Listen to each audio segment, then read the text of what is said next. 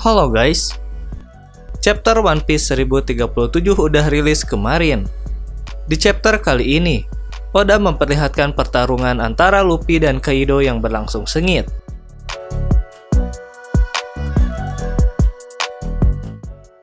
Di awal chapter kita diperlihatkan di mana warga ibu kota bunga masih menikmati festival walaupun hampir selesai.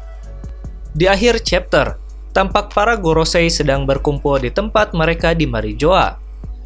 Di sini Gorosei tampak sedang membicarakan Reverie, yang menurut mereka berakhir kacau dan juga tentang apa yang terjadi di Wano Kuni saat ini.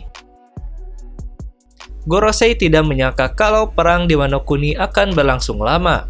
Mereka juga tampak membicarakan Nico Robin yang harus segera mereka tangkap.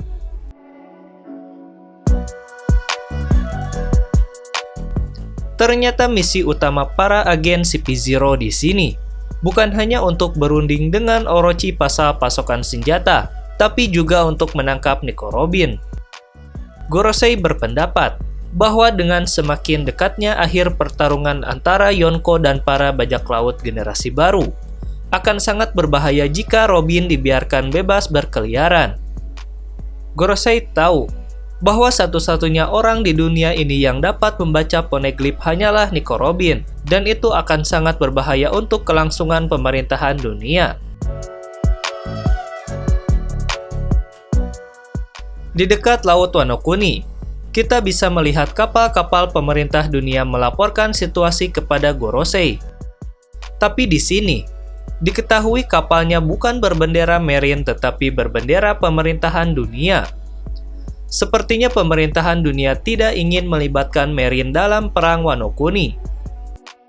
Tapi ini masih teori, karena bisa saja di X-Drake yang masih ada keterlibatan dengan Marine meminta Marine untuk datang ke Wano Kuni. Walaupun di X-Drake yang menyamar ke bajak laut Kaido belum diketahui pasti apa tujuannya sampai sejauh ini. Di sini armada pemerintah dunia dikejutkan ketika mereka melihat bayangan raksasa mendekat. Saking besarnya, mereka menyangka bayangan ini adalah sebuah pulau.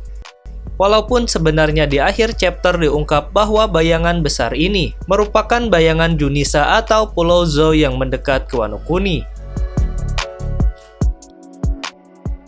Ada dua misteri di sini yang akan Mimin lebih perdalam lagi pembahasannya, yakni tentang tujuan Junisa dan tentang sebuah buah iblis legenda yang dikatakan oleh Gorosei.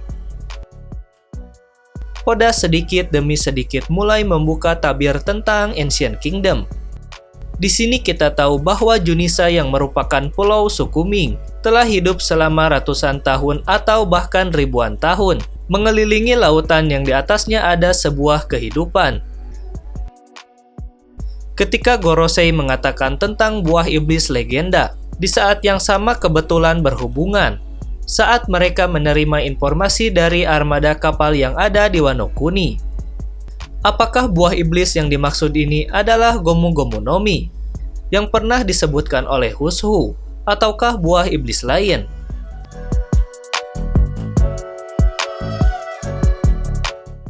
Yang jelas buah iblis yang dimaksud bukanlah Gomu Gomu no Mi, karena buah Gomu Gomu no Mi telah disebutkan oleh Hushu dengan jelas.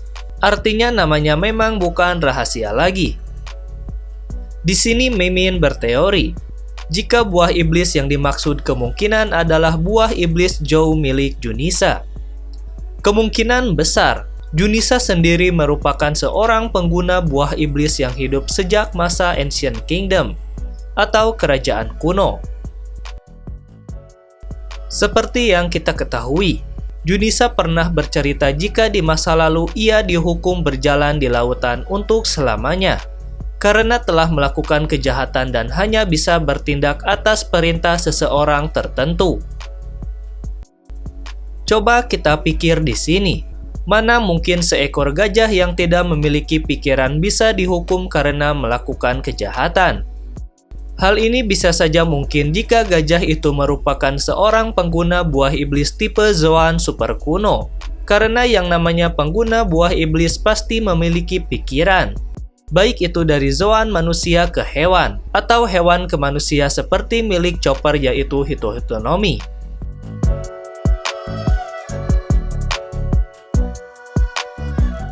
Ada fakta lain di sini.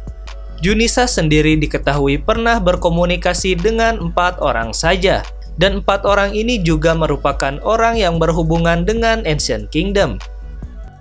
Pertama, Goldie Roger dan Luffy, yang merupakan penyandang gelar D, serta Oden dan Momonosuke, yang merupakan keturunan pemahat batu poneglyph dari Wano.